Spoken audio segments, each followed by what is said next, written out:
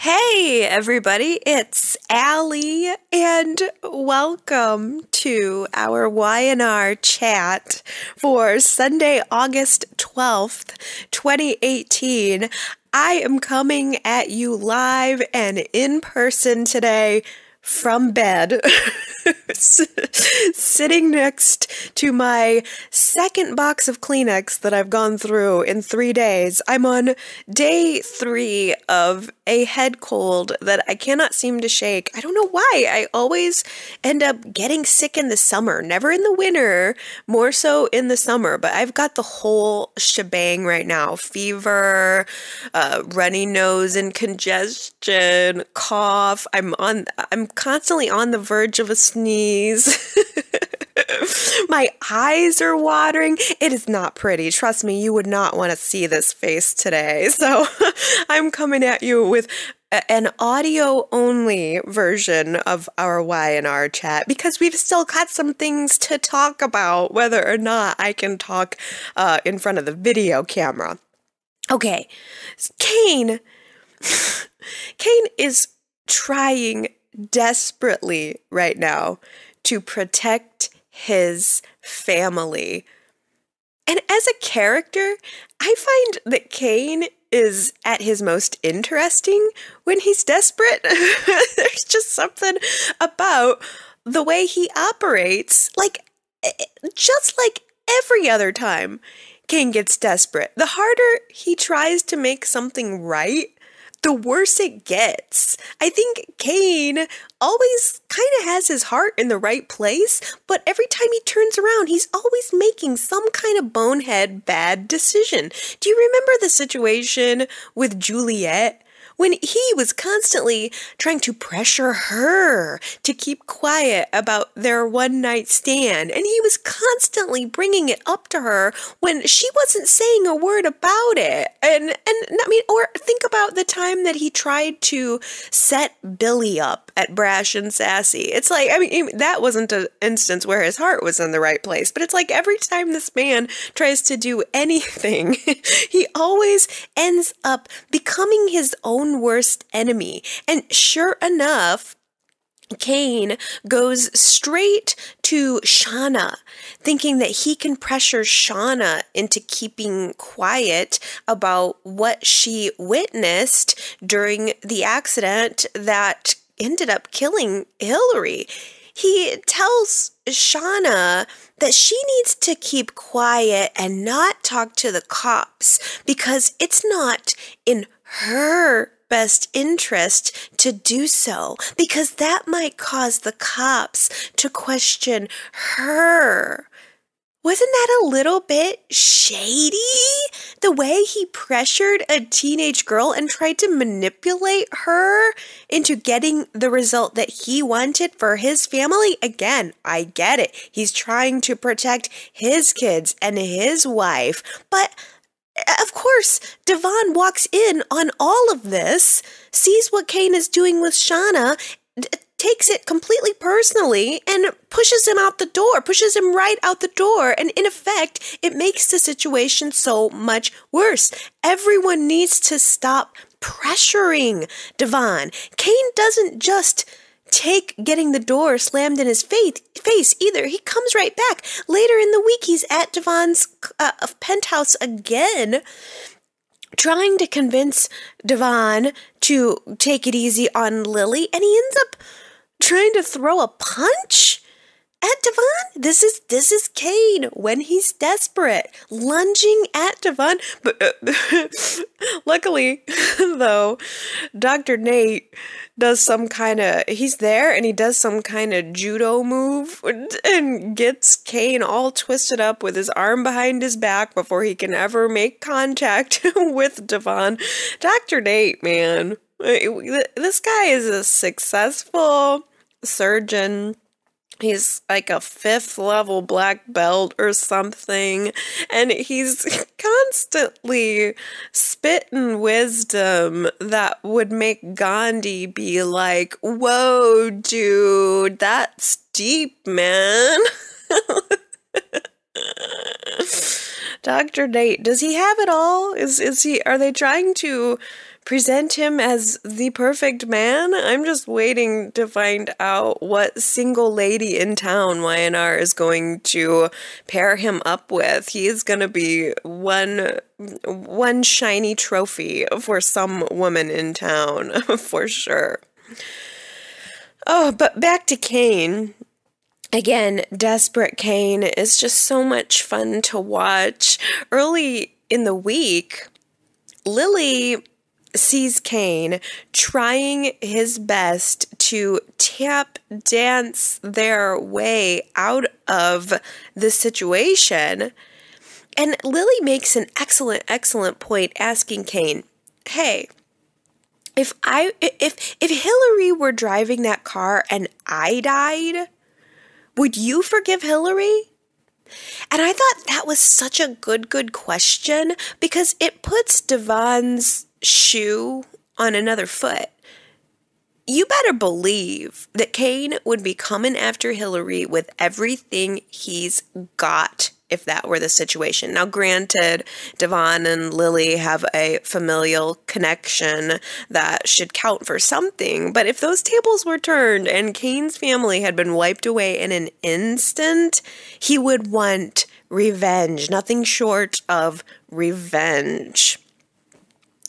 I have to give Lily some credit for wanting to take her punishment. She doesn't want to be protected by Kane or Devon or anyone else. She really does want to take her licks.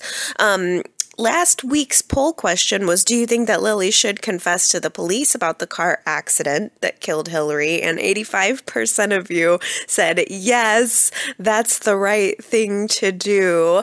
I am glad to see that most of us chatters shared that little bit of conscience and believed that Lily should go ahead and tell the truth. And I think that probably means that most of us were pleased when she actually did go through and tell the truth. Hey, by the way, I also forgot last week to give you guys the poll results from the previous week. I had asked you if you felt that Y&R had given us a good goodbye to Hillary, and I completely forgot to mention during Y&R Chat those results were 76% yes. 76% of you believed that Y&R gave us a good goodbye to Hillary. Just didn't want to forget to mention that 2 weeks in a row. But again, I'm glad that Lily decided to stand up and do the right thing. I think that Lily has to right her own karma. She has to make it right for herself. But also, I think Lily thinks that by confessing, she's going to get through to Devon. I think she believes the best way to honor Devon's wishes is to confess to the police. But Lily's confession did not go quite according to her lawyer Michael's plan. Michael really should have explained to Lily before the meeting with Paul that her confession could carry a prison sentence of up to 20 years for double vehicular homicide. I think that maybe if Michael would have explained that to her, 20 years, that maybe she would not have said things to Paul like, I caused the accident and it's my fault. Maybe she would have been a little more choosy with what she said, but instead she just unburdens herself as if Paul were a friend and not a cop. But to someone like Paul, who's on the outside and who is in law enforcement, it could look to him like Lily had known that she ran the red light for a while and was just covering it all up to avoid prosecution.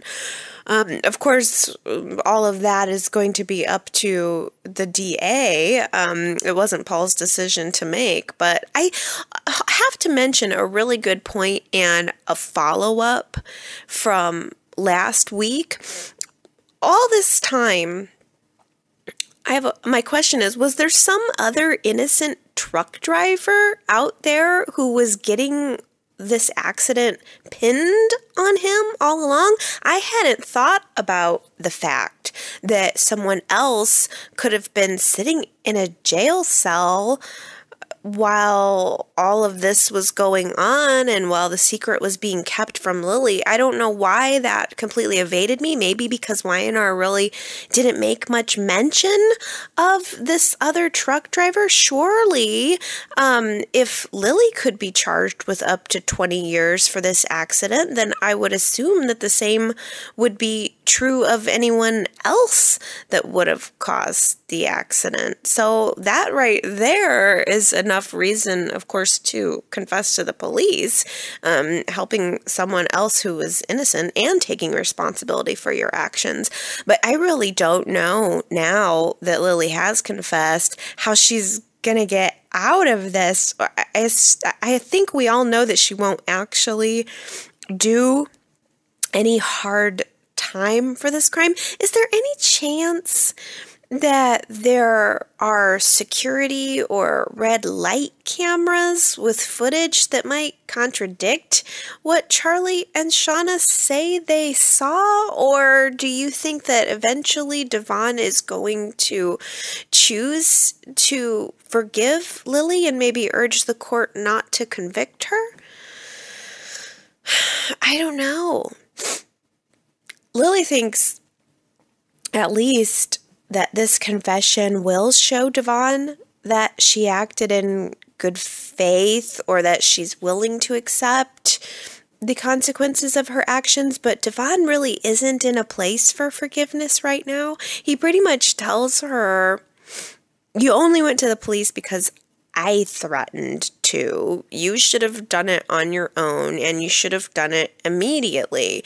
You really have no business being out here and being free while two people lost their lives. You have no business here. And you have no business at Hamilton Winters. Neil and Devon and Lily are discussing continuing on with GC Buzz with a new co-host for Mariah, and Lily offers to help with this, meaning she wants to help Devon find the talent. She's a talent agent, but Devon thinks that now Lily is on top of everything else, angling to take Hillary's on-air position. I think that says a lot about what he thinks of her right now, as if Lily could just coldly knock Hillary off and then have a desire to slide right into her job too. I don't know. It becomes clear to Devon that he can't work with Lily if he can't trust her. He can barely stand to look at her. So he fires her. He just straight up fires Lily from Hamilton Winters. Then Neil turns around and unfires her. Neil is trying so desperately to convince Devon to let go of his anger, but it's also having the effect of driving a new wedge in between Neil and his son. I think Devon sees Neil's actions as a show of support for Lily, for his biological daughter. It just seems like the more Neil tries to get through to Devon, the more I kind of wish that he would just leave him alone and stop hovering. Just let him grieve in his own time, in his own way. I kind of wish everybody would do that. The entire Winters family would do that. Devon isn't really giving me the impression that he's not in control of his emotions. There's nothing that Devon has done so far that is giving me the impression that he is grieving in an unnatural way. So I wish that they would just let him be. I was surprised that Devon even let Nate hang out at his condo on Friday. Nate drops by to give Devon a package that was misdelivered.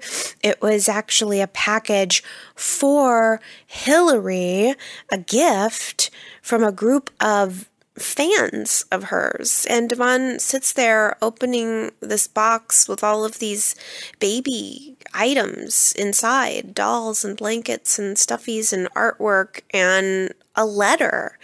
And it's a letter from Hillary's fans that was written, and this gift was given before Hillary died, and these people are just wanting to reach out to Hillary and tell her how much she means and what a great role model she is. And now, after her death, Devon is just sitting there reading this letter and probably not knowing what to do with the emotions that he's having. It hurts so much to think about the life and the legacy that Hillary left behind, but Nate is sitting right there reminding Devon that these little instances, these little reminders shouldn't be seen as just more pain, but they really should be seen as reminders of how important Hillary is and how precious their time together was. Nate is someone who can relate very much to what Devon is going through.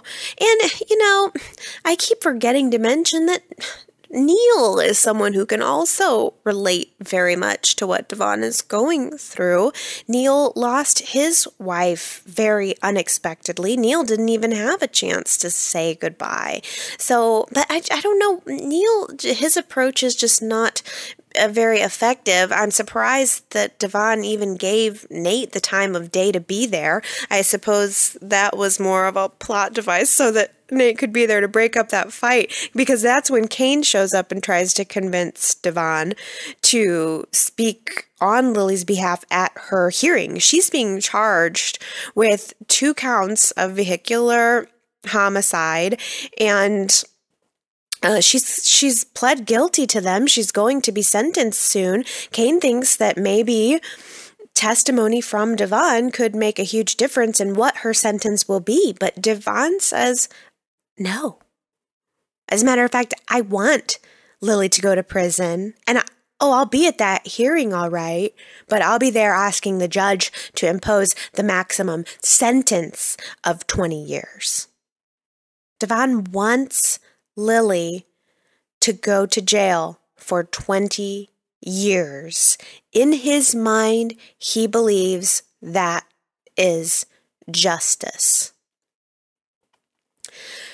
What is the difference between justice and revenge? I think that's an interesting question, because justice, in theory, should be blind. Justice should be logical. It should serve to issue a punishment befitting of the crime. It should be a balancing of the scales in the best way that we can balance the scales here on this earthly plane. But revenge, on the other hand, has this element that is either an act or a desire for causing harm as a form of punishment. Revenge is an emotional response. It's about an individual person wanting to inflict this harm, not necessarily about a greater good or a greater group or a society. So that being said, do you think that Devon wants justice, or do you think he wants revenge? A philosophical poll question for the week. YRChat.com. Do you think that Devon wants justice or revenge? I mean, I'm not saying that it's one or the other entirely, but which way do you think he's leaning? YRChat.com. I mean, what is the appropriate punishment for Lily? As she mentioned, and as Michael will argue, she wasn't under the influence of anything other than her natural rage. She wasn't drunk behind the wheel. I would think that possibly the maximum sentence of 20 years might be reserved for a situation like that. I don't know. What do you think is the appropriate punishment for Lily? Certainly, I would imagine that prison time would have to be involved. 2 people lost their lives, but I'm not sure that 20 years is an equal and opposite reaction. I don't know that 20 years is justice. You tell me. I think that Kane believes that Devon is only after revenge, and that Kane doesn't trust that justice will be done, or that justice in this case is fair. So Kane does the only thing that he can think to do. Kane does the only thing that he's really been taught to do. Kane's ready to run. Kane grabs the passports of everyone in the family, all 4 of them.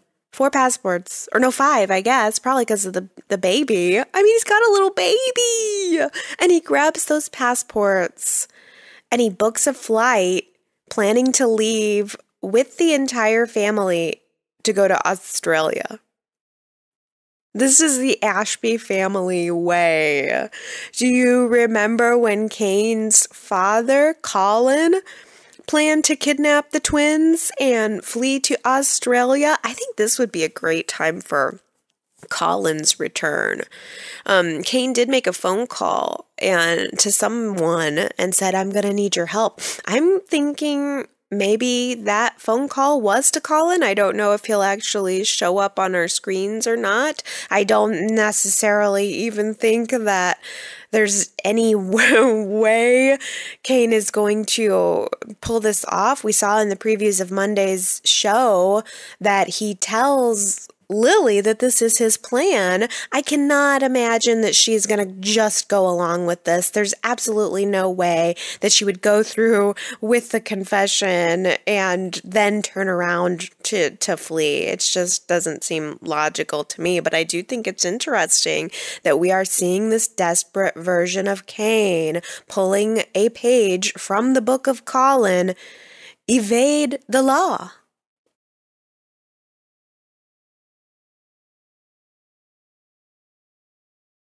Ashley has returned home and she's ready to play hardball.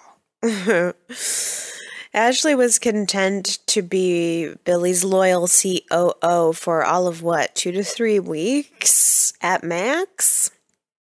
Kyle's been keeping her in the loop about Billy's top secret Jaboutique project, and on the morning that she returns to Jaboutique, all she can see is the state of disarray. Billy's missing for the morning because he's enjoying an at-home sexy reunion with Phyllis. Lauren and Michael are sitting in the foyer waiting for Billy to show up. Lauren, who is a major partner with Jaboutique, is thinking about how she can get away from Jaboutique permanently. She wants out of that contract.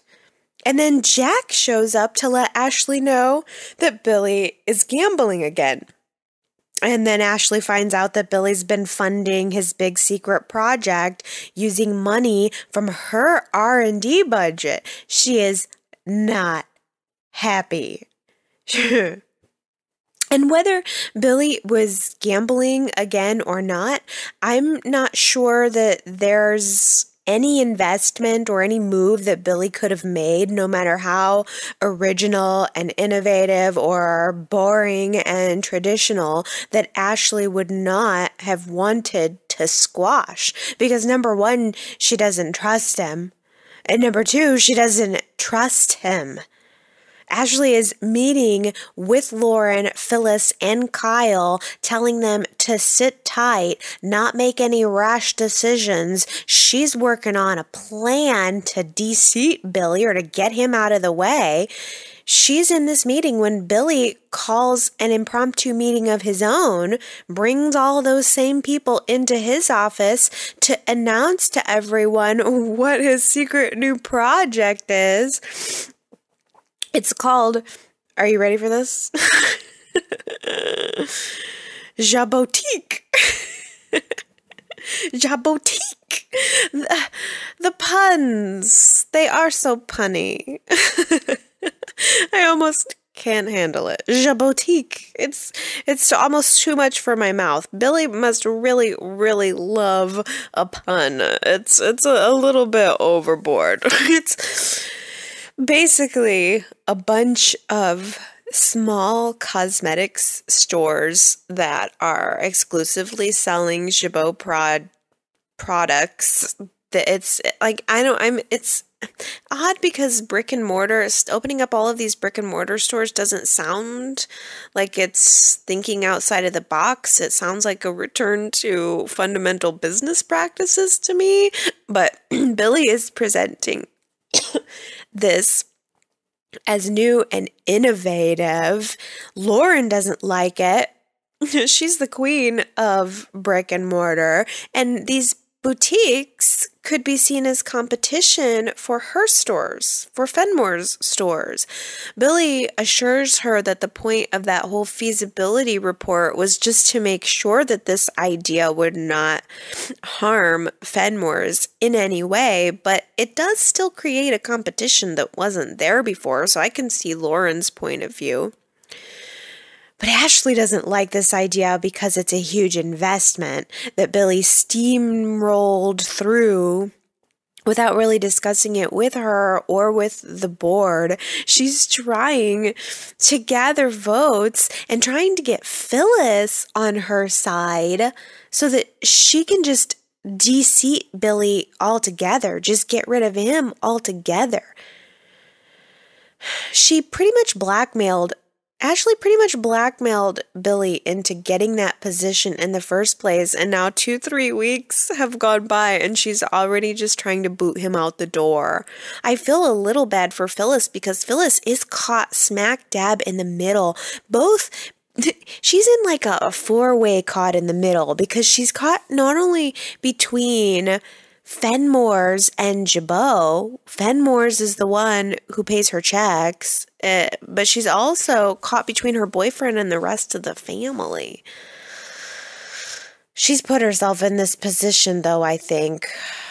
She wants to remain loyal to Billy, of course. She wants to trust his vision for the company, and she wants to trust the research that he's presented.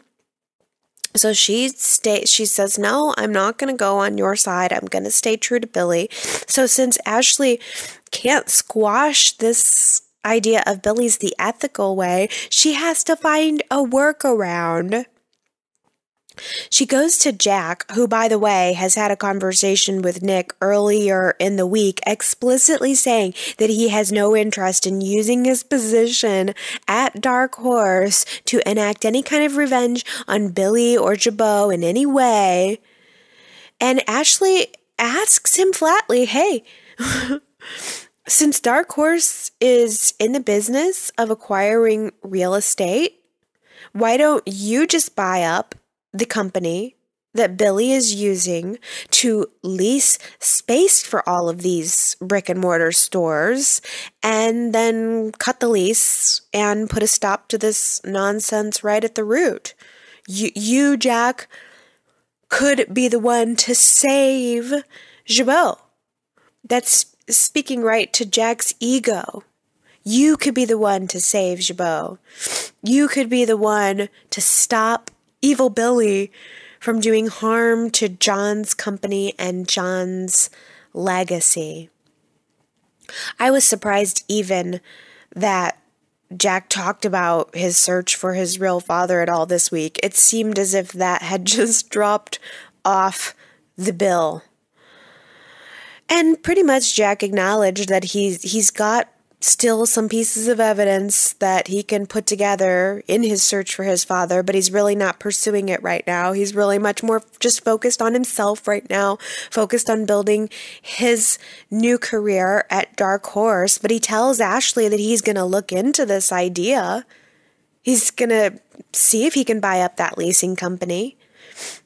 And meanwhile, he's got Kyle in his ear, vowing to Jack that he's working on a plan. Kyle is vowing to Jack that he's working on a plan to get Jack back into that Jabot CEO chair, saying to Jack, there's always a way to get what you want if you're willing to go far enough.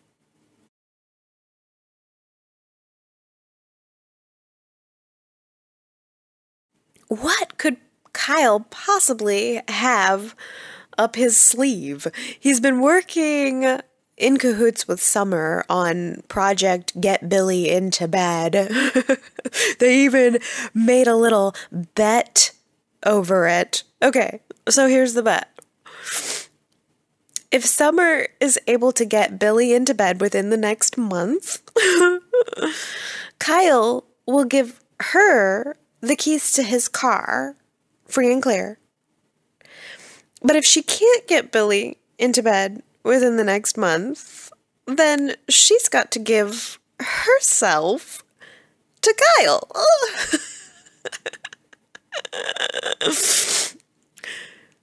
So let me get this straight. Just for clarification. If Summer wins this bet, she gets to sleep with Billy. But if Summer loses this bet, she gets to sleep with Kyle. Call me crazy, but I'd say Summer wins either way.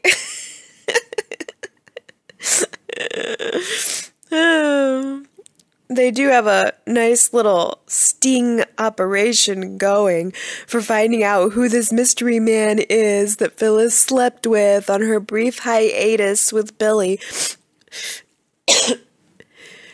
Summer snoops around on Phyllis's phone looking for the name of this mystery man, and she notices all of the calls from Jack. And then, of course, assumes that Jack is the man that Phyllis slept with. Poor Jack. Jack only wishes he was the man that Phyllis slept with. Jack wishes that this scenario was true. After everything that Jack and Phyllis have been through together, he still loves her. He still wants her. And Summer picks up on this. She goes to Jack, trying to test the waters to find out his relationship status with her mom, to confirm what she wants to hear. And Jack readily admits that he still loves Phyllis. He even says that he thought maybe their relationship was going somewhere since Phyllis and Billy were on the rocks. So everything Jack says gives Summer all of the confirmation that she needs. So she works in cooperation with Kyle to set up a hidden camera in the apartment, and then separately lures Phyllis and Jack to be there at the same time to see if any sparks fly. She's pre-prepped both of them to think that the other one wants some help. But it's just almost not even fair. What Jack wants from Phyllis runs a little deeper than just wanting help and friendship. Jack goes in for a kiss with Phyllis and she pulls away. It must be so hard for Phyllis. She has so many men. She has to swat away the extra ones like they're flies. Oh, Jack. He felt terrible, of course, for misreading the signs, even though he got lured into that position. He feels bad for putting Phyllis in that position. He apologizes to Phyllis the next day, and together they put it together and realized that Summer was the one who set them up. Of course, they both think that it's because Summer genuinely wants them to be together. They have no idea that it's less about Jack and Phyllis being together and more about breaking up Billy and Phyllis so that Summer can have Billy all to herself. There was a scene this week where Summer had a late night office moment with Billy. She was plying him with liquor and Chinese food and a shiatsu torture massage. Summer. She goes from back rub to lip lock in about 3 seconds flat. She don't even miss a beat. She's got her lips all up on him. And Billy's like, no. I mean, I think part of Billy, a very specific part of Billy was like, yes.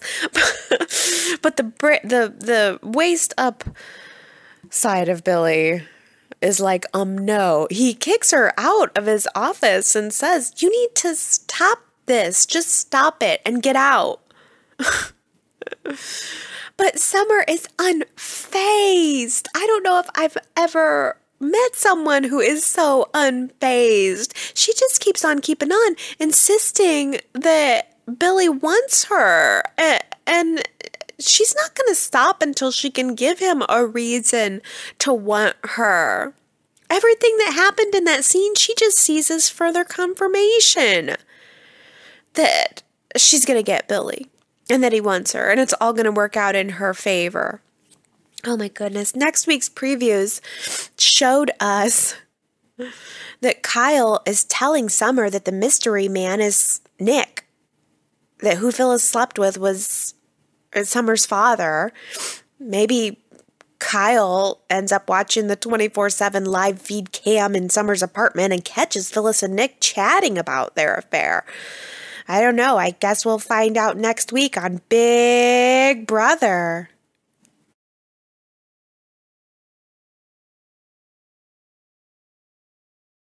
If there does end up being cam footage that has the power to destroy Billy and Phyllis's relationship, it will have the power to destroy Nick and Sharon's relationship too. Also in those previews, we saw Nick and Sharon prepping for their wedding and Victoria suggesting that Phyllis should be Sharon's bridesmaid since they've become so close. Nick looking all awkward. Both Nick and Phyllis looking all awkward. But Nick, by the way, looking like he got a really nice haircut. It was trimmed up all close on the sides, but still had some length on top. Very sexy.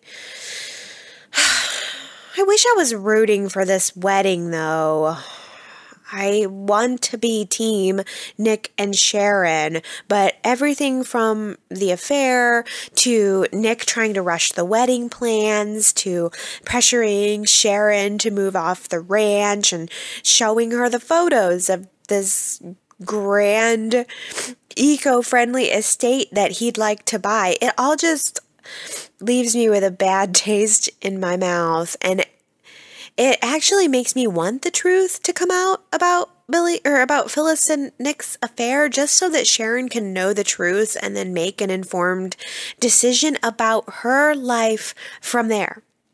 Sharon is over here trying her best to be flexible when it comes to Nick. She's weighing the pros and cons of moving off the ranch when she really doesn't want to.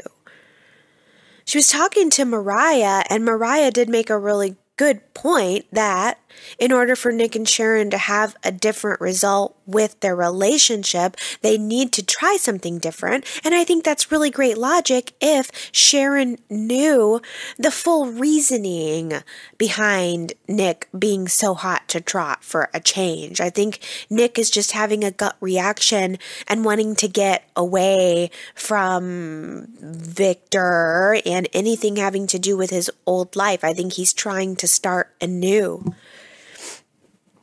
Victor did have an interesting run-in with Nick this week that I wonder if it gave us some foreshadowing. Nikki was encouraging Victor to make peace with Nick, and Victor did manage to get the first part of it right. He goes to Nick and lets Nick know that he loves him.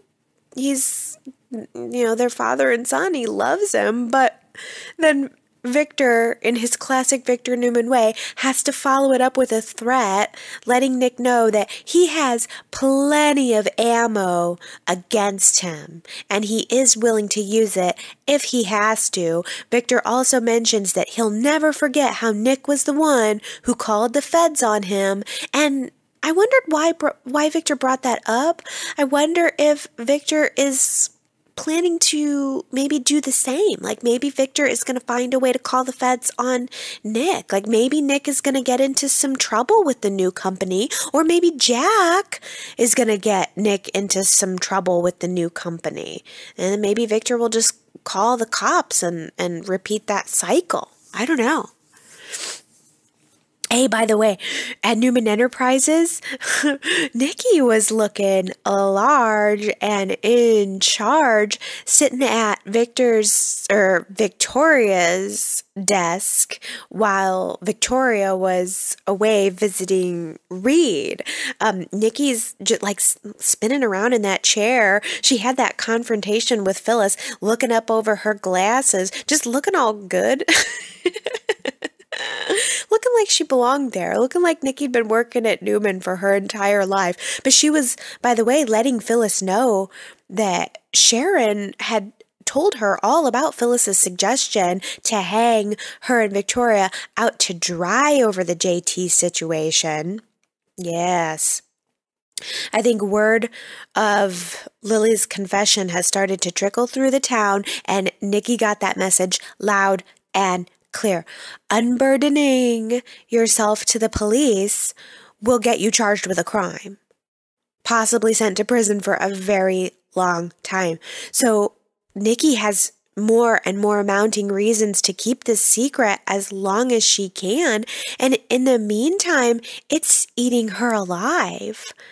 She has an MS flare-up right in front of Sharon and confesses to Sharon that she's having a much harder time with all of this than she's been letting on. I'm thinking that Victor must have picked up on that, and that's why he hired Nate to be Nikki's private physician as well as his. I hope that Nikki has Nate on speed dial, because it is about to get worse. We saw the previews of next week's show where our new character has arrived. Ray, R-E-Y is the name of the character, played by Jordi Veluso. I'm sure I'm butchering that, but this new guy, Ray, is in a room somewhere making one of those cheesy evidence boards with a photo of JT in the middle, and then photos of Sharon and Nick and Phyllis and Nikki with all of those tropish red strings connecting everyone to the middle photo of JT. But fine. Good. Let's make some progress on this. Here's someone who is investigating what happened to JT. Could he be a cop? Or like a federal agent? Maybe somebody JT worked with? Or could he be a reporter? Could he be a friend or a relative of JT's? I don't know. But he did look pretty good. Maybe he'll find himself getting closer to one of our lovely ladies in Genoa City to get some answers about this story.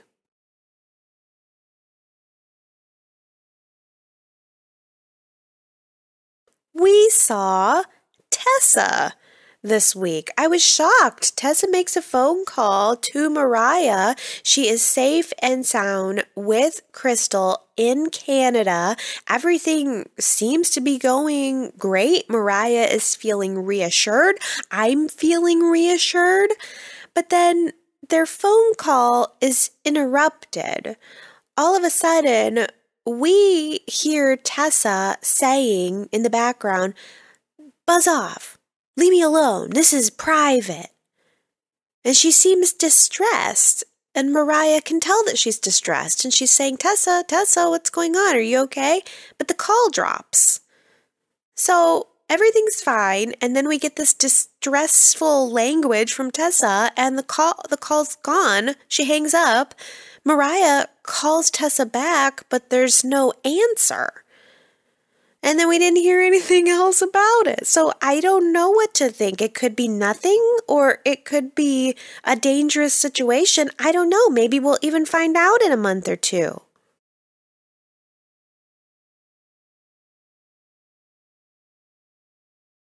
Last week, Abby and Arturo were enjoying a luxurious rooftop picnic at the dive bar. This is the way to have a picnic, chatters. You want to know why? Because there are no bugs allowed. That was last week's quote. No bugs allowed. It was Abby who said that. I mean, really, that's the best way to have a picnic, right? That's probably the worst part about a picnic, or being outside in general. Every time I step outside, I think I come back in with 3 mosquito bites. So, I mean, I think this is a good way to have picnics from now on, by the pool, and by an indoor pool. Well, that was a very hard one. Only 6 of you guessed right that it was Abby. So here's a big congrats for Joanne, Henry, Jamie, Rose, Cherie, and Diana. You guys all guessed it right. Here is a new quote for the week. I like this one. This was kind of a curious comment to me. Here's the quote. We're living in a post-factual society. We're living in a post-factual society. I had no idea what post-factual means, but I'm going to give you I had to look it up. This was such an interesting comment to me, and I thought, well, what does that even mean? Post-factual basically is a situation where people are more likely to accept an argument based on emotions than one based on facts. So living in a post-factual society is a situation where you're more where the society is more interested in emotion than facts. Maybe that helps you guess who said it. I don't know. Maybe you heard it and you know who said it. Either way, go to yrchat.com. If you know who said we're living in a post-factual society, then I will give you your shout out on next week's Y&R Chat.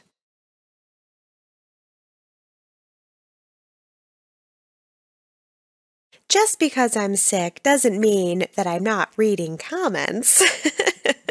I actually was able to pull together just a few comments to chat about this week. Let's start out with Kara. Kara says, I'm so afraid that Y&R is going to bring back the horrible storyline of sex trafficking again, based on the odd disconnection of the phone call between Tessa and Mariah. I was hoping Crystal was just an excuse to send Tessa off screen for a bit, then bring her back, but I get a bad feeling there's going to be some drama with Crystal or someone else involved that will unfold. I really don't want to go there again. I honestly don't want to go there again either, Kara. I'm still keeping my fingers crossed that maybe this is Y&R buying some time while people take their summer vacations or something. I don't feel like they're going to go back to the sex trafficking storyline. I don't know why, but I just think maybe they're going to leave that in the dust. Maybe they're just creating a little bit of a dangerous situation so that we can continue to see the concern Mariah has for Tessa. I don't know. I want to believe that if Tessa is staying around, and it looks like she is, maybe we are going to get fresh story with or without Crystal. I'm gonna just stay positive and hope that's the case. I'm gonna hope that Y&R even touches on that next week, because we didn't see anything in the previews about Tessa. And Y&R has not been doing the best job of front-burnering this. I feel like it's all been a little bit of a lead-on, of a little bit of a tease with Mariah and Tessa, and I hope they don't continue that pattern, but we'll see. Shifting gears here, Superplex says, having Nate as the voice of reason and the show's moral compass gets pretty tiresome very fast. We already have a character perform that role in Neil. We don't need Neil plus do. It makes Nate into a one-dimensional character and over time an irritating presence every time he appears on screen because no sooner he makes his entrance than a sermon is about to follow. I'm starting to feel that way too, Superplex. I like Nate, and I think he has so much potential. I think that the actor is very soulful in those deliveries, but Y&R's overworking it. It's too much. It's no problem having a character who is the moral compass of the show. That's great, and it's needed, but it doesn't need to be every time he opens his mouth. Gary says, I really resent Dr. Nate trying to steal Devon's grief spotlight. I am not feeling his pain. Also, this was interesting from Gary. As he was watching that scene where Devon is opening the baby gift, Gary thought that Y&R was taking that scene in a direction of saying that Lily sent those gifts. And it's funny because that's exactly what I was thinking. Devon was pulling out the stuffy, pulling out the blanket, pulling out the artwork, pulling out the letter. And as Nate said, these weren't things that Hillary bought for herself. This is a gift. I really, really thought that that letter was going to be something from Lily. I really thought that maybe we were going to try to retcon the relationship of Hillary and Lily, and that Y&R was going to tell us that in those days prior to Hillary's death, Lily was thinking of Hillary and wishing her well. And I think part of the reason that's on my mind is that I'm trying to also forecast how Y&R is going to get Lily out of this. We know she's not going to go to prison for 20 years. So what is going to be the thing that breaks it? I mean, of course, Devon can come in and have a change of heart, but I don't think that's necessarily good. I don't think that would necessarily be enough to get her out of doing prison time. So they're almost, I don't know, there has to be some kind of tide that's going to turn here. And I don't know what it's going to be, but I thought it was interesting that you had that impression too. Sandra says, at the moment, I have nothing for Kane. I used to like him a lot, but I really think he's manipulating Snake. Why does he need to control every aspect of his family's life? Things happen. Oh, yes, they do. And sometimes you have to take your lumps, no matter how hard or how uncomfortable they are. I loved it when Devon closed the door in Kane's face. Kane is a desperate, desperate man, and we are seeing more and more shades of Colin in his behavior. T. Nicole says, I think that Lily would not be dealing with charges and getting fired if she wasn't pushing Devon so hard. I get it, and I feel for her. It must be such a horrible feeling having her brother not forgive her and seeing her in such disgust. But Devon's impulse decisions for the ultimatum and firing came when he couldn't stand Lily keep coming at him with her reasoning. T. Nicole, I think that is very true. If Lily would have just backed off and given Devon a little bit of space, and maybe if everyone would have backed off and given Devon a little bit of space, I'm not sure we would be in the situation exactly as we are now. And that's not to say that Devon wouldn't still be angry. And that's not even to say that Devon wouldn't have reached the same conclusion. But I don't think continuing to needle him has helped the situation one bit. Cheyenne says, did Lily really think that killing a woman and her unborn child was just going to give her community service? Devon has been having the best one-liners for the last couple of weeks for Lily. Allie, I was surprised you didn't mention last week's scenes when Lily told Devon, I could have died in the car crash. And then Devon says, it would have been more justice in that. Well, first of all, Cheyenne, yes, it's not really reasonable, and I don't think a definition of justice that Lily would necessarily just get community service. There has to be a punishment. I mean, and I don't know when is right to jail someone. It's a really tough line, and I think that's why it's going to make some interesting comments this week, especially around the poll question, because what is justice? And here, you're zeroing in on this line where where Lily says, I could have died in the car crash, and Devon says it would have been more justice in that. Is that justice? Would it have been justice if Lily would have died in the crash? That sounds like a revenge-driven response to me. That sounds like an emotional response to me. What is justice for Lily? Let's get some good conversation going around that this week. I don't know the answer. I'm going to be interested to hear what you guys have to say. Diana says Devon was telling Lily how he lies awake at night thinking about the baby names that Hillary may have liked for their baby. He mentioned that the two of them never got to have that discussion. I think Lily would have considered the name Rose for their baby if it was a girl, which was her mother's name, possibly Anne for the middle name. If you or anyone remembers, that was Hillary's real name. Yeah, good pull, Diana. Rose Ann would have been a really pretty name for Hillary's girl. Yeah, they really didn't follow up on much about Hillary's roots, her beginnings with the show, the fact that she was, that she did have a different name. Ann Turner, she was going under that was her real name, Ann Turner, and her mother. They really didn't speak much about her mom and the drug issues, but that was a really important part of Hillary's story, and it gave a lot of detail about her, who she is and why she was the way she was. But yeah, we didn't hear much about that. Diana also says regarding Billy and Summer, did Billy like the kiss from Summer? It would be good if we could hear Billy's thoughts, Diana says.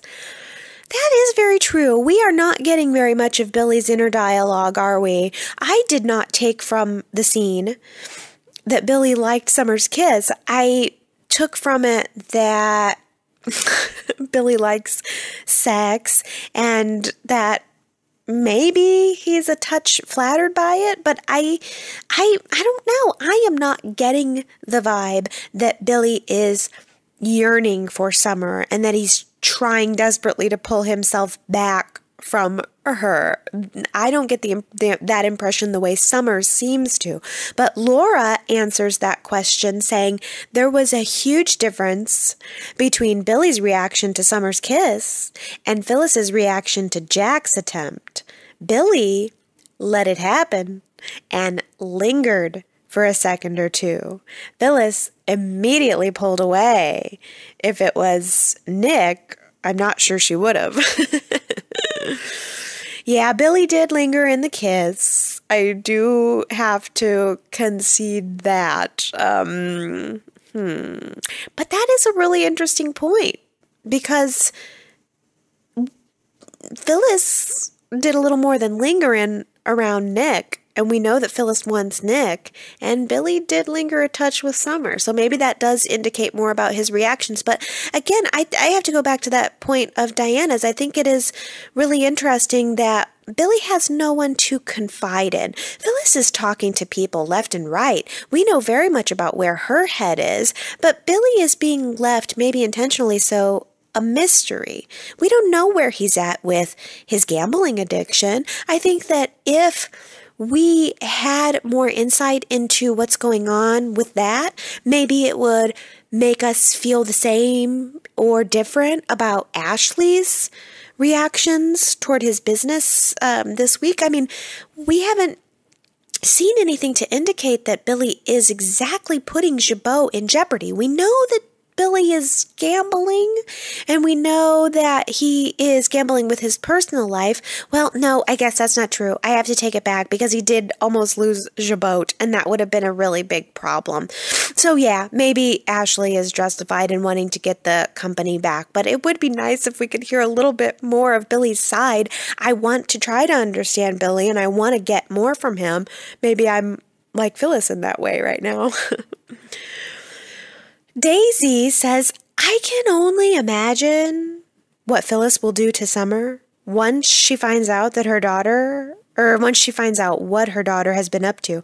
But then again, I think Phyllis will be so hurt by Summer's reactions, by Summer's actions, that she may just shut down and not react at all.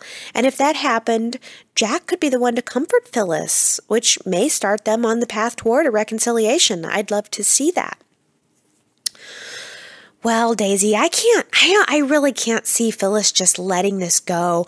I think whatever's going to happen is going to blow up big time. I think it's going to put a really big wedge between Summer and Phyllis. Don't you think? I think that the actress is going to have to leave the show here fairly soon. So the fact that she put that timeline on her relationship with Billy, specifically saying to Kyle that she's giving it a month to get him into bed, we're going to see a lot happen in that month. And then I bet at the end of it, Summer's going to end up running out of town, possibly with her tail between her legs and a whole lot of damage in her wake. I personally agree with you, though, Daisy, that I wouldn't mind seeing Jack and Phyllis back together.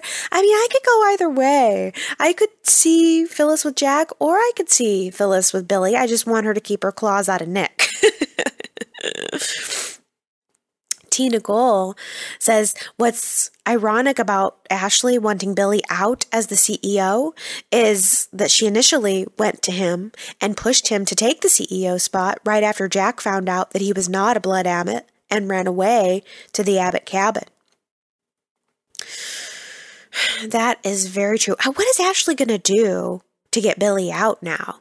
Is she going to somehow show him as unfit as the CEO? What do the bylaws say about the event that there are no blood Abbotts to run the company? What happens then? Does Ashley think that she's just going to get herself elected? Ellen says, I have found Ashley to be such a condescending jerk lately. She used to be a favorite of mine, but her attitude in the past year or so has been such a turnoff. She seems to think that she's better than everyone else. She treats Billy like he's an idiot, second-guessing every Jabot decision like he works for her. She was the same way when Jack was in charge. I hope that they recast Ashley. It seems like they have to, since she's such a key character. She needs a romance or something else to do besides nagging her brothers. I think that's where Y&R was headed with this. They were going to try to soften Ashley up with that relationship with Neil. Eileen Davidson has to have thrown them a curveball by deciding to leave the show. Or again, I don't know. You never know what the reason is behind actors leaving the show because Y&R doesn't comment on the contracts. But you know what? It wouldn't surprise me one bit if Eileen Davidson left Y&R and popped up on Days of Our Lives next month.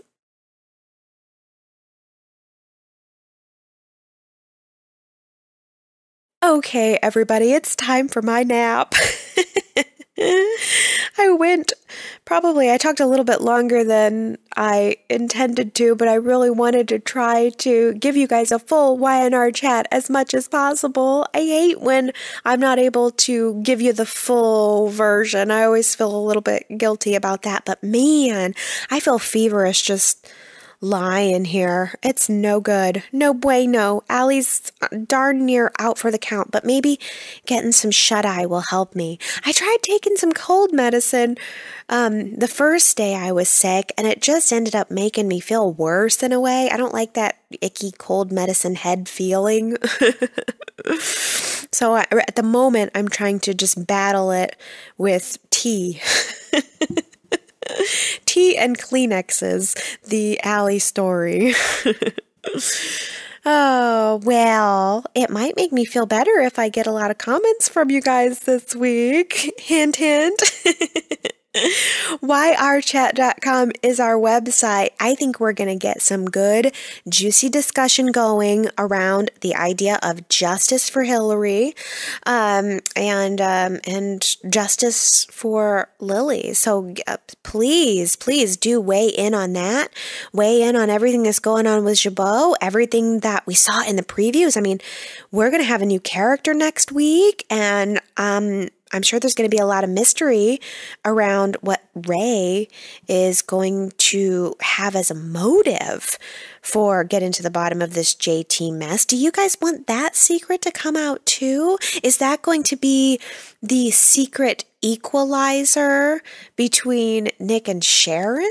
Is Sharon going to find out about Nick sleeping with Phyllis, and then and then Nick finds out about Sharon covering up JT's murder, and maybe they'll come together and say, "Oh, it's okay. You lied. I lied. Let's just still get married." I don't know.